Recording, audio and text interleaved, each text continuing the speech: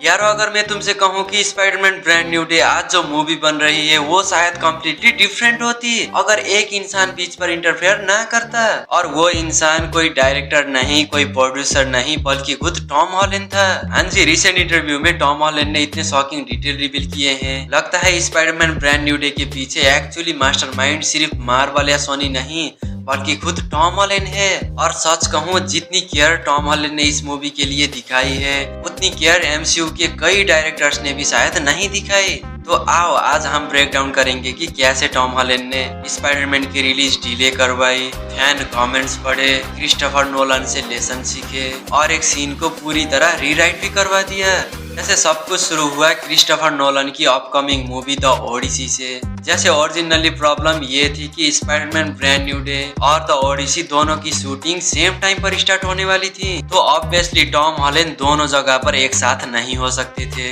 तो जैसे नॉर्मली कोई भी एक्टर $1 बिलियन फ्रेंचाइजी को प्रायोरिटी देता, लेकिन टॉम हॉलैंड ने एग्जैक्ट ऑपोजिट किया। उसने क्रिस्टोफर नोलन को कॉल करके कहा, मैं पहले आपकी मूवी करना चाहता हूँ लेकिन मुझे पहले सोनी को कन्विंस करना पड़ेगा। और फिर टॉम हॉलैंड ने सोनी के चेयरमैन टॉम रोथमैन को कॉल किया।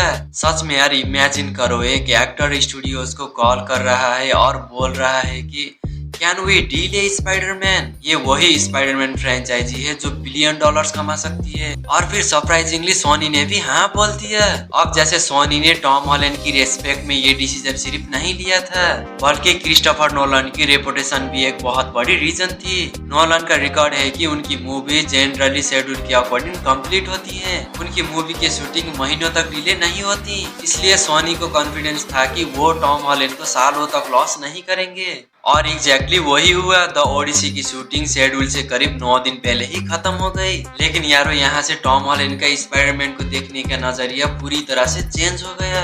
और फिर दूसरी तरफ जैसे जब स्पाइडरमैन डिले हुई तब एक अनएक्सपेक्टेड अपॉर्चुनिटी मिली डेनियल डेस्टिन क्रेटन को ऑनबोर्ड लाने की। और अगर तुम उन्हें नहीं जानते तो ये वही डायरेक्टर है जिन्होंने शैंग-ची डायरेक्ट की थी और एक टाइम पर एवेंजर्स कैंग डायनेस्टी भी डायरेक्ट करने वाले थे।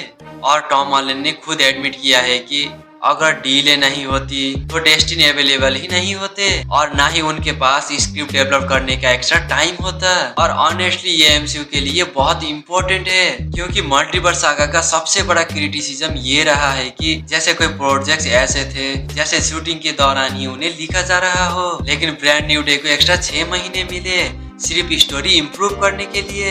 और टॉम हॉलैंड मानते हैं कि इसी वजह से मूवी का फाइनल वर्जन ड्रामेटिकली बेटर हुआ और अब यहाँ से स्टोरी और भी ज्यादा इंटरेस्टिंग हो जाती है क्योंकि टॉम हॉलैंड ने कुछ ऐसा किया जो जनरली एक्टर्स नहीं करते। उन्होंने फैन के कमेंट्स पढ़ना स्टार्ट किया, यूट्यूब, एक्स, फेसबुक, इंस्टाग्राम, हर जगह पर टॉम लिटरली इंटरनेट पे जाके देख रहे थे कि फैंस स्पाइडरमैन से एग्जैक्टली चाहते क्या है। जैसे फैंस की स्टोन की डिमांड कर रहे हैं, straight level story, classic suit, grounded Peter Parker, more emotional story telling. और फिर टॉम हॉलैंड ये सारी फीडबैक लेकर मार्वल के बीच मीटिंग पर गए और बोला ये है जो फैंस चाहते हैं। सच में यार सोचो, स्पाइडरमैन खुद ऑडियंस की तरफ से स्टूडियो में आर्गुमेंट कर रहा था। ये ऑनेस्टली बहुत ही ज्यादा रेयर होता है।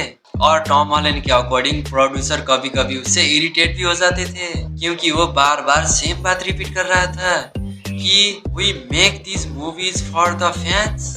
और सच कहूँ ये वही मेंटालिटी है जो एमसीयू में रिसेंट ईयर्स में मिसिंग लग रही थी। सच में कभी कभी लगता था प्रोजेक्ट्स ऑडियंस के लिए नहीं शेड्यूल के लिए बन रही हैं। लेकिन टॉम हॉलैंड क्लियरली इंश्योर कर रहा था कि brand new day fan first movie बने। और अब इतना सब कुछ होने के बाद अब आते हैं सबसे इम्पोर्टेंट पार्ट पर, क्रिस्टोफर नोलन। जैसे द ओडिसी पर काम करते वक्त टॉम हॉलैंड ने एक बहुत बड़ा डिफरेंस नोटिस किया कि मार्वल प्रोडक्शन में कभी कभी चीजें सेट पर फिगर आउट की जाती हैं, लेकिन नोलन के पास हर चीज का आंसर पहले ही होता है। हर शॉट, हर सीन, हर मोटिवेशन सब कुछ पहले ही प्लान होता है।